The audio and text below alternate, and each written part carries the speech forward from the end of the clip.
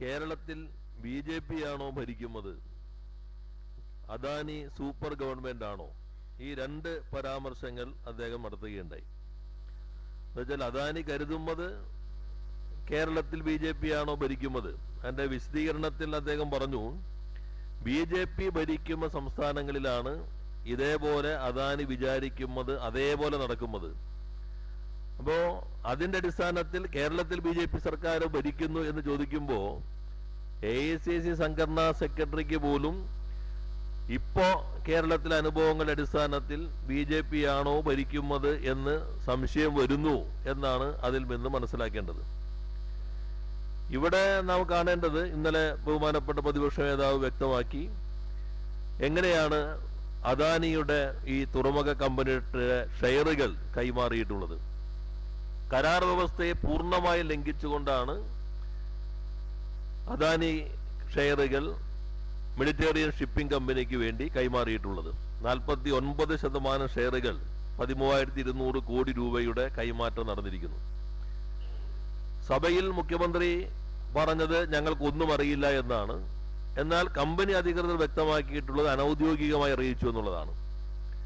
അത് ശരിവയ്ക്കുന്ന രൂപത്തിലുള്ള പ്രതികരണമാണ് ഇന്നലെ മുഖ്യമന്ത്രിയുടെ ഓഫീസിൽ നിന്ന് ഉണ്ടായിട്ടുള്ളത്.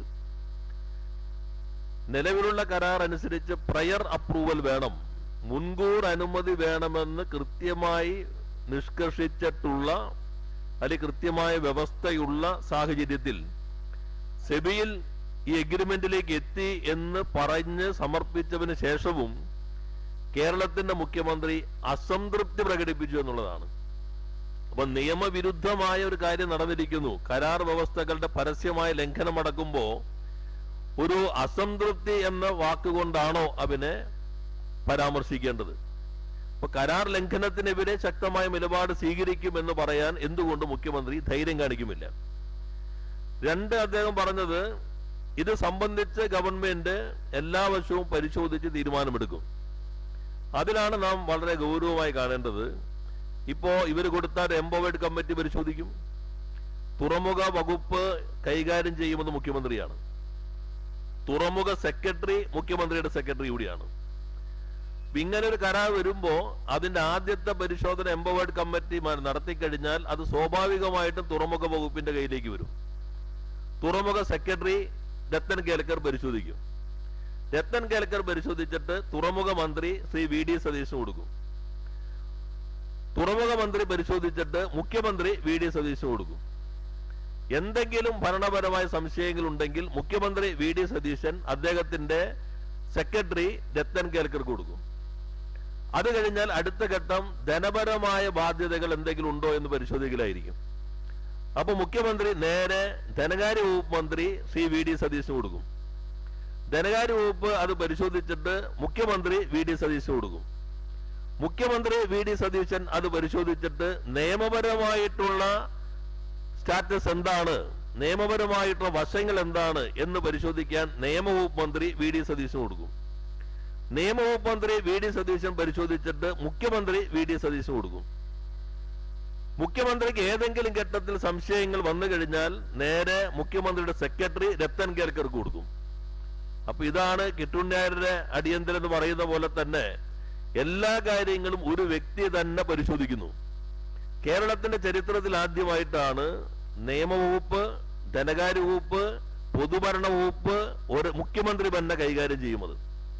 നമ്മുടെ ഭരണനിർവഹണ സംവിധാനത്തിൽ നിയമവകുപ്പും ധനകാര്യ വകുപ്പും പൊതുഭരണ വകുപ്പും ഇൻഡിപെൻഡന്റ് ആയ വകുപ്പുകളാണ്. ബാക്കി എല്ലാ വകുപ്പിലെയും ഉദ്യോഗസ്ഥന്മാരെ നിയോഗിക്കാനുള്ള, മാറ്റം ചെയ്യാനുള്ള അധികാരമുള്ളത് പൊതുഭരണ വകുപ്പിലാണ്.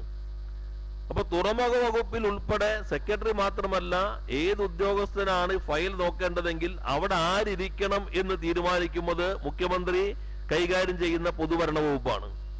അപ്പൊ പൂർണ്ണമായിട്ടും ഒരു വ്യക്തിക്ക് ഇവ സംബന്ധിച്ച് തീരുമാനമെടുക്കാനുള്ള അവസരം ഒരുക്കിയിട്ടുള്ളതാണ്. വകുപ്പുകൾ നിശ്ചയിക്കുന്നത് മുഖ്യമന്ത്രിയാണ്. ഈ വകുപ്പുകൾ ധനം, നിയമം, പൊതുഭരണം, തുറമുഖം, ഏറ്റവും പ്രധാനപ്പെട്ട ഈ 3 സ്വതന്ത്ര വകുപ്പുകളും വിഴിഞ്ഞം തുറമുഖവുമായി ബന്ധപ്പെട്ടുകൊണ്ടുള്ള ഈ വകുപ്പും അത് സ്വയം ഏറ്റെടുത്തിരിക്കുന്നത് എന്തിന്റെ ധാരണയുടെ അടിസ്ഥാനത്തിലാണ് എന്ന് വ്യക്തമാക്കേണ്ടതുണ്ട്. അതുകൂടി മനസ്സിലാക്കിയിട്ടായിരിക്കാം AICCയുടെ സംഘടനാ സെക്രട്ടറി അത്തരമൊരു നിലപാട് പരസ്യമായി തന്നെ അദാനിക്ക് നൽകിയിട്ടുള്ള ആനുകൂല്യത്തെ കുറിച്ച് പരാമർശിച്ചിട്ടുള്ളത്. അത് ഗൗരവമായി തന്നെ കാണേണ്ടതുണ്ട്. 13,200 കോടി രൂപയ്ക്ക് 49% ഷെയറുകൾ കൈമാറി എന്നുള്ളത് സെബിക്ക് 30-ാം തീയതി നൽകിയ അവരുടെ അപേക്ഷയിൽ 29 ജൂണിൽ ഈ കരാർ ഒപ്പിട്ടിരിക്കുന്നു എന്നാണ് വ്യക്തമാക്കിയിട്ടുള്ളത്. അപ്പോൾ പ്രകടമായ നിയമലംഘനം നടന്ന സന്ദർഭത്തിൽ അത് സംബന്ധിച്ച് ശക്തമായ നിലപാട് സ്വീകരിക്കാതെ അതൃപ്തി എന്ന ഒരു വാക്കിനകത്താണ് മുഖ്യമന്ത്രിയുടെ ഓഫീസ് ഇപ്പോൾ പ്രതികരണം ഒതുക്കിയിട്ടുള്ളത്. രണ്ടാമത്തെ കാര്യം മദ്യ നികുതിയെ സംബന്ധിച്ചാണ്. വീര്യം കുറഞ്ഞ മദ്യത്തിന് നികുതി നിശ്ചയിക്കുക എന്നുള്ളത് ഇപ്പോ ഫിനാൻസ് ബില്ലിലൂടെ സംസ്ഥാനത്തെ നിയമത്തിന്റെ ഭാഗമായി. അതിനുശേഷമാണ് പറയുന്നത് UDF തീരുമാനിക്കുമെന്നുള്ളതാണ്. എന്നാൽ നിയമം പാസാക്കി കഴിഞ്ഞാൽ ഇനി ആ വ്യവസ്ഥ മാറണമെങ്കിൽ മറ്റൊരു നിയമം കൊണ്ട് മാത്രമേ സാധ്യമാവുകയുള്ളൂ. പാർലമെന്റിനകത്ത് ബില്ലുകൾ സ്റ്റാൻഡിംഗ് കമ്മിറ്റിക്ക് വിടുന്നില്ല എന്ന വിമർശനം തുടർച്ചയായി പ്രതിപക്ഷം ഉയർത്തുമ്പോ അതിനെ ശക്തമായി മുൻപിൽ നിന്ന് നയിക്കുന്ന രാഹുൽ ഗാന്ധിയാണ്. കോൺഗ്രസിനും അതേ അഭിപ്രായം തന്നെയാണ് പാർലമെന്റിനെ സംബന്ധിച്ചുള്ളത്. ബില്ലുകൾ സ്റ്റാൻഡിംഗ് കമ്മിറ്റിയുടെ സ്ക്രൂട്ടിനിക്ക് വിധേയമാക്കുമില്ല, ജനാധിപത്യ വിരുദ്ധമായി പാസാക്കുന്നു എന്ന് മോഡി ഭരണത്തെ വിമർശിക്കുന്ന കോൺഗ്രസിന്റെ മുഖ്യമന്ത്രി കേരളത്തിൽ ഇതുവരെ കാണാത്ത രൂപത്തിൽ ഫിനാൻസ് ബില്ല് സബ്ജക്ട് കമ്മിറ്റിക്ക് വിടാതെ ഏകപക്ഷീയമായി ഈ ഭൂരിപക്ഷത്തെ ഉപയോഗിച്ച് പാസാക്കി എടുക്കുന്ന കാഴ്ചയ്ക്കാണ് നിയമസഭ സാക്ഷ്യം വഹിച്ചത്. ഇനി അത് മാറ്റണമെങ്കിൽ വീണ്ടും നിയമസഭയിൽ ബില്ല് വരണം. യഥാർത്ഥത്തിൽ ഇവർ പറയുന്നത് UDF തീരുമാനിച്ചാൽ വിൽക്കണമല്ലോ, അപ്പൊ അതിന് നികുതി വേണമല്ലോ. ഇപ്പൊ വിൽക്കുന്നതിന് യഥാർത്ഥത്തിൽ നികുതിയുണ്ട്, 251% നികുതിയുണ്ട്. ആ നികുതി അനുസരിച്ച് അവർക്ക് വിൽക്കുന്നത് തടസ്സമില്ല. അതിന് പ്രത്യേകമായിട്ടുള്ള ബീവറേജ് കോർപ്പറേഷൻ വഴി വിൽക്കണമെങ്കിൽ അനുമതിയുടെ മാത്രം പ്രശ്നമേ ഉള്ളൂ. ഇനി UDF തീരുമാനിക്കുമ്പോൾ വിൽക്കണമെങ്കിൽ ഗവൺമെന്റിന് ഒന്നുകിൽ നിയമസഭയ്ക്കകത്ത് അപ്പോൾ ഒരു ബില്ല് കൊണ്ടുവരാം, അല്ല അതിവേഗതയിൽ UDF തീരുമാനിച്ചാൽ വിൽക്കണമെന്നുണ്ടെങ്കിൽ ഒരു ഓർഡിനൻസ് ഇറക്കിയാൽ മതി. ആ സന്ദർഭത്തിൽ അപ്പൊ ഫിനാൻസ് ബില്ലിനകത്തു നിന്ന് ഈ പുതിയ നികുതി വ്യവസ്ഥ കൊണ്ടുവരുന്നത് പിൻവാങ്ങാൻ പറ്റാത്ത രൂപത്തിലുള്ള എന്തോ ഒരു കമ്മിറ്റ്മെന്റ് മുഖ്യമന്ത്രിക്ക് ഉണ്ടായി എന്നതിന്റെ ഭാഗമായിട്ടാണ്. അദ്ദേഹമാണ് നേരത്തെ വ്യക്തമാക്കിയത്, ഖജനാവിലേക്ക് പോകേണ്ട നികുതിപ്പണമാണ് വലിയ ഡിസ്റ്റലറികളിലേക്ക് മാറ്റാൻ പോകുന്നത്. അത് വലിയ അഴിമതിക്ക് കളമൊരുക്കുന്നു, ഞങ്ങൾ മനസ്സിലാക്കിയിട്ടുണ്ട് എന്ന് നിങ്ങൾ അറിഞ്ഞോളൂ എന്ന് പരസ്യമായി പറഞ്ഞയാൾ മുഖ്യമന്ത്രിയായി കഴിഞ്ഞപ്പോ ഖജനാവിലേക്ക് വരേണ്ട പണം ഡിസ്റ്റലറികൾക്ക് നൽകുന്ന നികുതി നിർദ്ദേശം എല്ലാ മാനദണ്ഡങ്ങളും ഒഴിവാക്കിക്കൊണ്ട് അവതരിപ്പിച്ചിരിക്കുന്നു എന്നുള്ളതാണ്. ഇത് രണ്ടും ഈ 1.5 മാസത്തിനുള്ളിൽ ഗൗരവമായ അഴിമതിയുടെ ഭാഗമാണ്.